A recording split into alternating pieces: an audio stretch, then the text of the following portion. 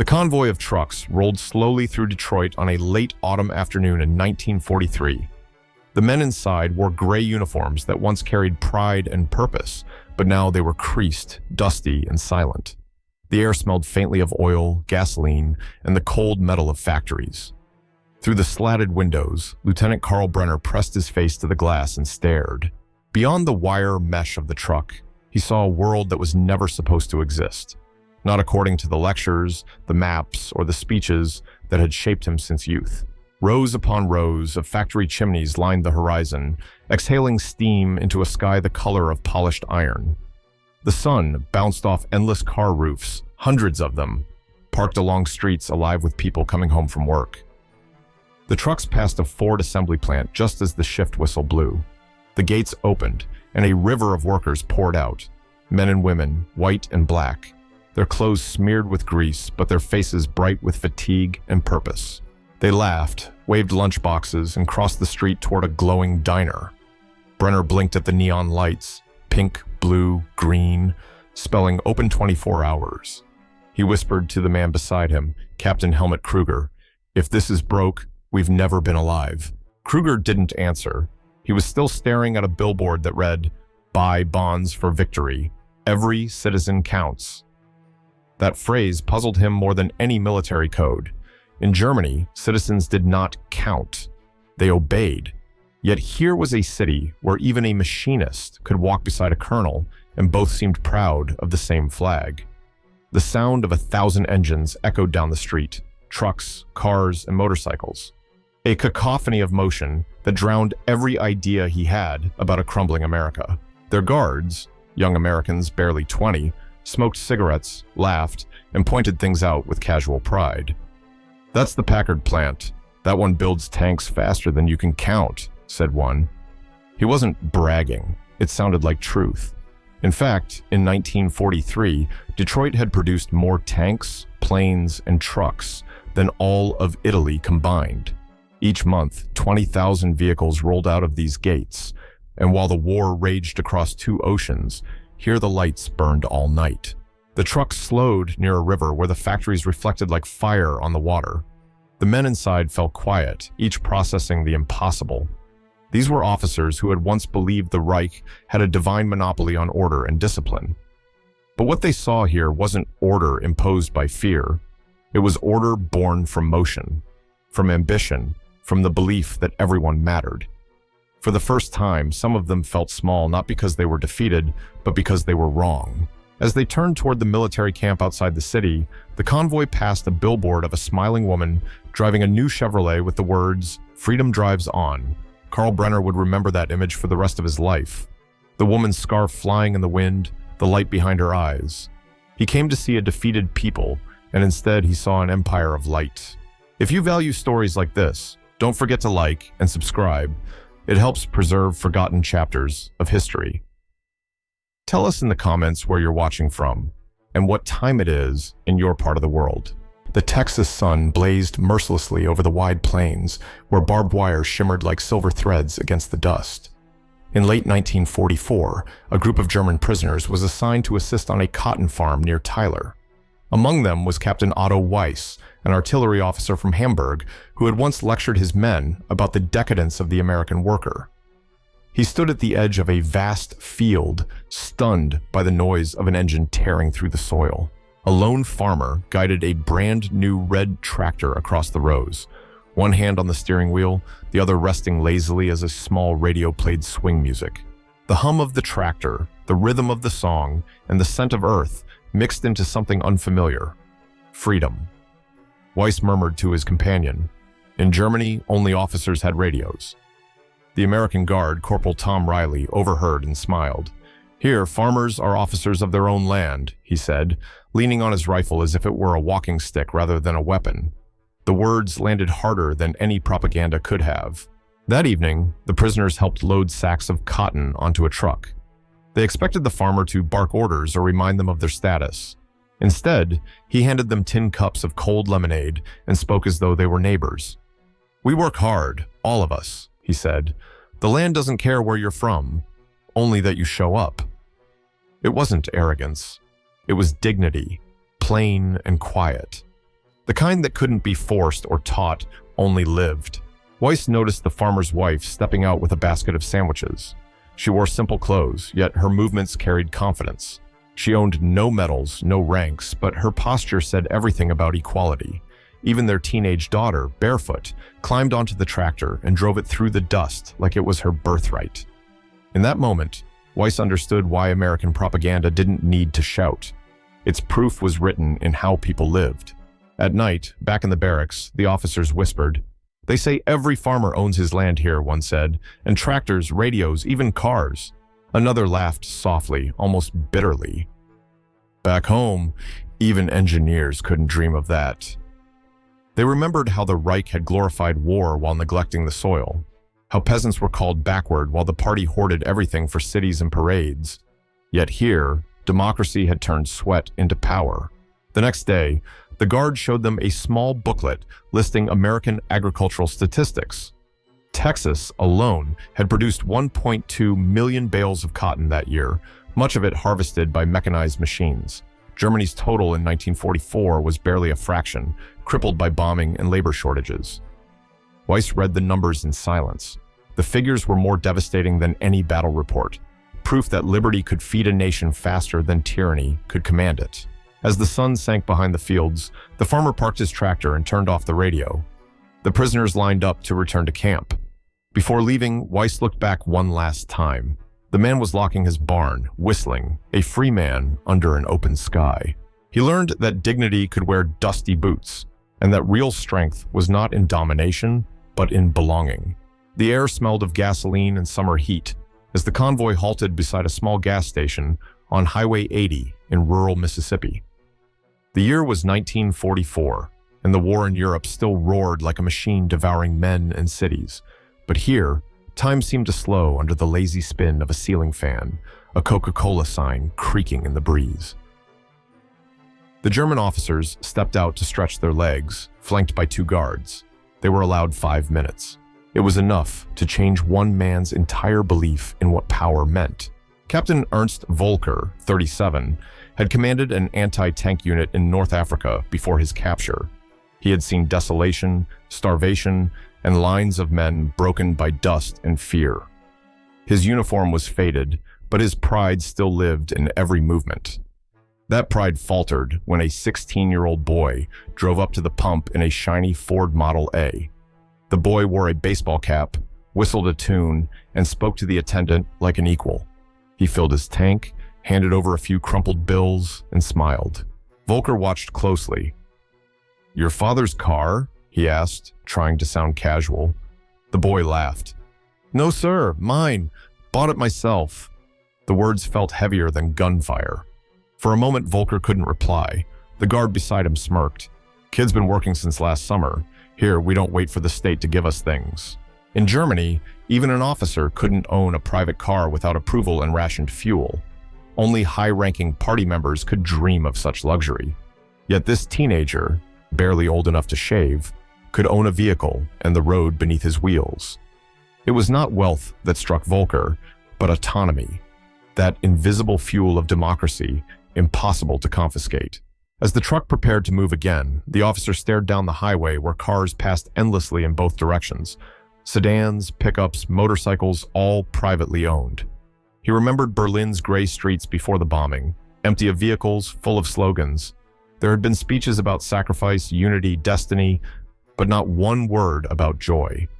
Here, joy hummed like an engine. Later that night, back at camp, the prisoners argued about what they'd seen. "They'd drown in materialism," one scoffed, quoting the party line, but another shook his head.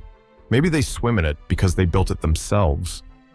The idea was dangerous. Even whispered, it carried the scent of heresy. Volker couldn't sleep.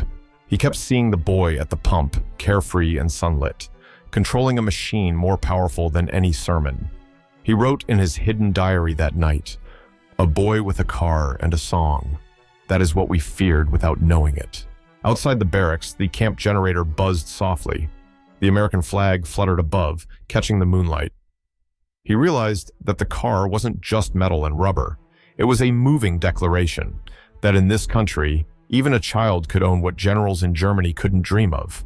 He closed his eyes and saw again that endless road, stretching westward into the dark, lined with headlights like stars refusing to go out. The prisoners were told it was another work transport. But by the time the trucks reached the edge of town, Captain Hans Keller knew this wasn't a labor detail. The guards were in no hurry, and the route curved toward the center of a place that shimmered with color and noise. It was December 1944, and somewhere outside Dallas, the war felt a world away. When the convoy stopped, Keller stepped down and froze. Before him stood a building made of glass and chrome, with large windows revealing shelves stacked from floor to ceiling. He had never seen anything like it. Inside, dozens of Americans, soldiers' wives, factory workers, children, wandered freely through aisles lined with fruit, coffee, soap, sugar, and meat in bright tins. Each person carried a basket, choosing whatever they wanted, paying at a counter without ration cards or guards. The sign above the entrance read, "Grand Market, Self-Service." It was the first supermarket most of the German prisoners had ever seen. Keller turned to Lieutenant Arno Dietrich, whispering, "They fight wars and still feed everyone?" Dietrich nodded slowly, unable to speak. Back home, their families queued for bread that arrived once a week. Here, even the ordinary had become extraordinary. The smell of fresh oranges drifted outside when a woman exited with a paper bag full of food. Oranges in winter. Keller had last tasted one in 1939. Inside the truck, a young American guard named Bill Jenkins watched their faces with quiet amusement. "This place opened last year," he said. "People come from miles around. It's just a store." His tone carried no boast, no triumph, only a calm certainty that abundance was normal. For the Germans, it wasn't normal. It was revelation. A silent shock greater than defeat. They had been raised to believe that war purified a nation, that hardship built character, that glory came through sacrifice. Yet here was a nation that fought across 2 oceans while its citizens still lived in light and color. That contradiction gnawed at everything they'd been told. Keller's thoughts wandered to the statistics he once studied. Germany's ration per person had dropped to 1,500 calories a day in 1944, and coffee was replaced by barley powder.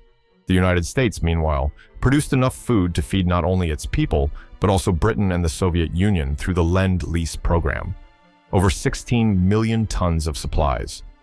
Freedom, he realized, had found its proof in full shelves. That night in camp, the talk didn't stop. Some prisoners scoffed, saying America's wealth made it soft. Others fell silent, unwilling to lie anymore. One wrote in a scrap notebook, "If democracy can feed, then tyranny has no excuse." The phrase would be confiscated during inspection, but others remembered it word for word. Weeks later, Keller was assigned to unload food crates for the camp kitchen. He lifted one marked corned beef, product of Chicago. He stared at it for a long moment, then smiled faintly. It was not the taste that mattered. It was the idea that a free society could feed millions without fear. He came from rations and walked into abundance. Snow drifted lightly over the pine forests of Alabama when Sergeant Daniel Moore, a guard barely 24, asked permission to take 3 prisoners home for Christmas dinner. The officers, Major Franz Hartmann, Captain Otto Weiss, and Lieutenant Karl Brenner, expected a trap, or at least a test of manners. Instead, they found themselves standing before a small white house with smoke curling from the chimney and a porch strung with colored lights. Moore's wife opened the door with a smile, wiping flour from her hands. "Come in, gentlemen. Supper's waiting." The table was already set. Roast chicken, mashed potatoes, gravy, biscuits, bowls of green beans, and a pie cooling by the window. It wasn't luxury, it was warmth. The Americans bowed their heads for grace, and the German officers, uncertain but respectful, followed suit. Afterward, the children, 2 girls in red sweaters, sat near the tree and sang softly while Moore poured coffee for everyone. Hartmann looked around the modest room. The furniture was simple, the wallpaper fading, yet everything breathed comfort. He leaned toward his host and said through careful English, "You must be rich." Moore laughed so loud the girls giggled. "Rich? No, sir. Just average." The word average struck the Germans harder than any sermon. Average meant this wasn't special treatment. This was how ordinary people lived. Electricity, a warm meal, laughter, music, safety. Things the Reich promised someday, but never delivered. Hartman thought of his wife in Leipzig, heating a single room with broken furniture, queuing hours for bread. The difference wasn't wealth, it was peace built on fairness. During dessert, Moore's father told a story about working in a steel mill that built ships for the Navy. Hard work, good pay, no one starves, he said, tapping his cup. That's all a man needs. The German officers listened quietly. For the first time, no one mentioned ideology. No one shouted slogans. Just a man speaking about honest labor. After dinner, the youngest daughter brought out a box of crayons and showed Brenner her drawing of an airplane. "My daddy says it keeps us safe," she said. He nodded, feeling a strange ache in his chest. He had commanded bombers once, raining destruction on cities like this. Yet here, a child saw planes as guardians, not weapons. When they returned to camp that night, Hartman wrote a line in his notebook before lights out. They live simply, but not small. Their strength is invisible. It's in how they treat one another. The guard noticed him writing and asked, "What do you think of America now, Major?" Hartman hesitated, then said softly, "It's strange. We used to think power was about command, but here it hides in kindness." He realized the average man here lived better than his generals. Viewers, what do you think? If you had grown up believing the enemy was poor and weak and then saw this, how would it change you? Would comfort make you question power, or would pride keep you blind? Tell me your thoughts in the comments below. The projector rattled faintly in the recreation hall as the reel began to spin. The prisoners sat on wooden benches, their breath visible in the cold air. A white screen lit up with the first flickers of movement. Workers in overalls, sparks flying from welding torches, a chorus of clanging metal. The words, "The Arsenal of Democracy," appeared across the frame. It was a short film shown in POW camps to demonstrate how America produced for war. None of the officers expected it to move them. Captain Helmut Kruger folded his arms, ready to scoff. He'd seen dozens of propaganda films before, all glorified lies. But this one was different. It showed women building engines, black and white men working side by side on tank assembly lines, and soldiers testing jeeps before shipment. There were no speeches, no slogans, just motion, endless motion. Each rivet, each spark, each tire fitted to a wheel spoke of unity without command. The camera panned across a sea of faces, smiling through fatigue. A line of statistics flashed briefly on screen. One B-24 bomber every 63 minutes. One tank every 30 minutes. 2 million vehicles built in 1944 alone. The numbers felt impossible. Back home, Germany was dismantling statues to melt into bullets. Here, they were building machines faster than the war could destroy them. When the film ended, silence filled the room. Then a voice broke it. A young lieutenant named Mueller whispered, "We were told they were weak." Kruger, still staring at the blank screen, replied quietly, "They are many, that's stronger." No one laughed. The projector clicked empty, the film tail flapping like a heartbeat. Later that night, Kruger couldn't sleep. He thought about the images. Women on ladders painting insignias, welders with goggles glowing blue, workers eating together in factory canteens. He remembered Berlin's factories before the war, guards at every gate, suspicion in every corridor, fear in every eye. Efficiency through fear had limits, but here, efficiency grew from pride. A rumor spread through the camp that these films were real footage, not staged. Some prisoners refused to believe it, calling it cinematic trickery. Others felt a strange longing, not envy, but recognition. They had glimpsed what their country might have been if it had built instead of conquered. In the mess hall the next day, someone had drawn a crude sketch on the wall. A group of workers standing together under a single word, Starke, meaning strength. Below it, another hand had added, Gemeinsam, together. The guards didn't erase it. They let it stay. Weeks later, Kruger wrote in his confiscated notebook, "Unity built faster than pride ever could." It was both confession and epitaph. Viewers, imagine being forced to confront the power of those you were told to despise, not on the battlefield, but in the hum of their factories, the laughter of their workers. Do you think that kind of proof changes hearts faster than victory or defeat ever could?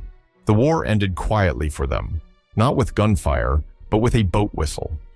In the summer of 1946, The German officers lined up on the docks of New Orleans, waiting to board ships bound for Bremerhaven. The heat was heavy and wet, the air thick with the smell of salt and diesel. Behind them, America carried on as if the war had never touched its soil. Trains still ran on time, stores still glowed through the night, and the roads, those endless roads, were still full of cars. Major Franz Hartmann held a small camera he'd been allowed to keep. It was a cheap American model, but it worked. He took a photograph of the Mississippi River Bridge stretching into the horizon. The image was simple, cars lined up in both directions, headlights glimmering, the water below shimmering like glass. He lowered the camera and whispered, "So this is what victory looks like." Lieutenant Carl Brenner stood beside him, silent. The same man who had once whispered, "If this is broke, we've never been alive," now looked older, softer. "Do you think they'll rebuild us like this?" he asked quietly. Hartmann didn't answer, perhaps because he already knew. No nation could be rebuilt by envy, only by imitation of what it had learned. A sailor walked past, tossing a newspaper onto a crate. The headline read, "Car production tops pre-war record, 2.1 million vehicles in 1946. The men stared at it, stunned. Germany's total output that year would be less than 5% of that. For a moment, they realized America had not only won the war, but had already moved on to living again. The engine of democracy never stopped turning. As they climbed the gangway, an American officer offered them cigarettes. One of the prisoners hesitated, then took one, murmuring a quiet, "Thank you." It wasn't the gesture itself that mattered. It was the ease with which it was offered. No superiority, no disdain. Just a man handing another man something to ease the waiting. On deck, the Germans watched as the city faded into twilight. Smoke from the factories rose like prayers, steady and calm. Down below, the highways glittered with headlights, thousands of them, stretching endlessly into the distance. Hartmann raised his camera one last time and clicked. Years later, when he settled in a rebuilt Hamburg, he would hang that photograph on his wall. Visitors often asked what it was. He would smile faintly and say, "The day I stopped believing in lies." He left America without souvenirs, only proof that truth has traffic. And somewhere across the ocean, a nation that once defined power through fear began, slowly, to dream of light instead of conquest. When history remembers wars, it often counts bodies, borders, and treaties. But for these men, the true victory was invisible. It happened quietly, between the noise of factories and the hum of cars on open roads. They came as prisoners and left as witnesses to a paradox. That the enemy they feared most did not conquer them through weapons, but through ordinary life. Carl Brenner would later write to his son that what destroyed his illusions was not defeat, but discovery. A woman driving alone at night, a farmer owning his land, a child with a car and a dream. These fragments of democracy built a vision no regime could erase. In a world rebuilt from ashes, such memories became seeds. Decades later, some of these officers joined reconstruction programs in West Germany, preaching efficiency without cruelty, strength without oppression. Their transformation was never immediate, but it was real, forged in the shock of seeing abundance that needed no chains to protect it. One of them, writing in 1972, confessed that he still dreamed of the sound of American factory whistles. "It was the sound of people building instead of destroying," he said. Perhaps that is what freedom truly is, not silence after war, but the noise of a nation working without fear. For every soldier who once believed in conquest, there came a moment when he understood that dignity was not taken, it was shared.